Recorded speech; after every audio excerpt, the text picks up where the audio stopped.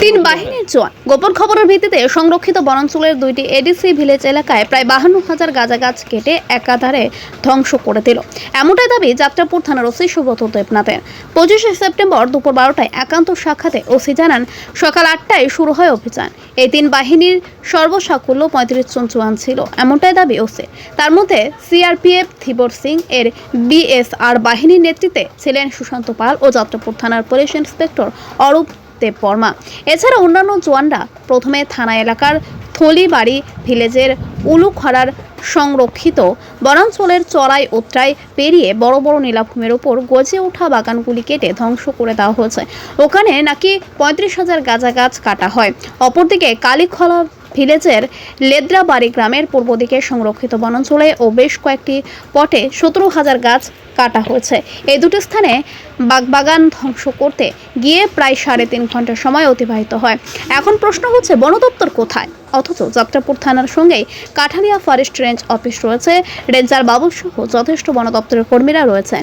এই অবস্থায় বন দপ্তরের কাছটা কি মানুষ জানতে চায়? অথচ অন্যান্য বছরে নেই, এবছরও সংরক্ষিত বনাঞ্চলে একাংশ গাঁজা চাষি নির্বিঘ্নে বনাঞ্চল ধ্বংস করে গাঁজা বাগান করে তোলা হয়েছে। কিন্তু প্রথম দিকেই কেন বন দপ্তর বাধা দেওয়া হলো না? এলাকায় এখন এই নিয়ে যথেষ্ট সমালোচনা মানুষের মুখে মুখে। এটা নতুন কিছু নয়, প্রতি বছরই এমনটা হয়ে থাকে। এর জন্য মূলত দায়ী বন দপ্তর। আমি এবং আমার সাথে আমাদের থানা ইন্সপেক্টর অরূপ দেববর্মা এবং সিআরপিএফের থেকে আমরা রিকোয়েশন পাঠিয়েছিলাম। সিআরপিএফ থেকে এক সেকশন গলফ 71 সিআরপিএফ এবং এক প্লাটুন টিএসআর ছিল 11 ব্যাটালিয়নের। তো ওদেরকে নিয়ে আমরা সকালবেলা বেরিয়ে পড়ি। আমাদের প্রথমে আমরা গিয়েছিলাম থলিবাড়ি এডিসি এলাকার ভিতরে একটা উলুখলা এরিয়ার জঙ্গল এরিয়াতে টিলাভূমিতে আমরা দেখেছি 3টে টিলাতে গাঁজা প্রচুর পরিমাণে গাঁজা চাষ প্ল্যান করা হয়েছিল। তো আমরা এখানে সম্পূর্ণ ডেস্ট্রয় করে দিয়েছি। এখানে আনুমানিক প্রায় 35,000-এর মতো গাছ আমরা ডেস্ট্রয় করেছি।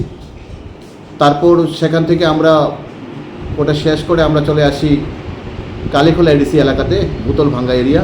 ওইখানের মধ্যে টিলাভূমিতে প্রায় আবার যে দুটো টিলাতে প্রায় 17,000-এর মতো আনুমানিক গাঁজা প্ল্যান করেছিল, সেখানে সম্পূর্ণ ডেস্ট্রয় করেছি। অর্থাৎ আজকে পুরো দিনে প্রায় টোটালি 52,000 গাঁজা প্ল্যান্ট আমরা ডেস্ট্রয় করেছি।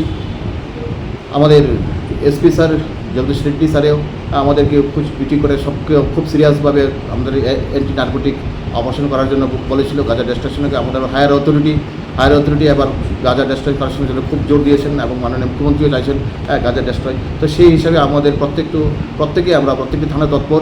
তো এখন আমরা আজকে করেছি এবং আগে বেশ কয়েকদিন করেছিলাম এবং যেখানে আমরা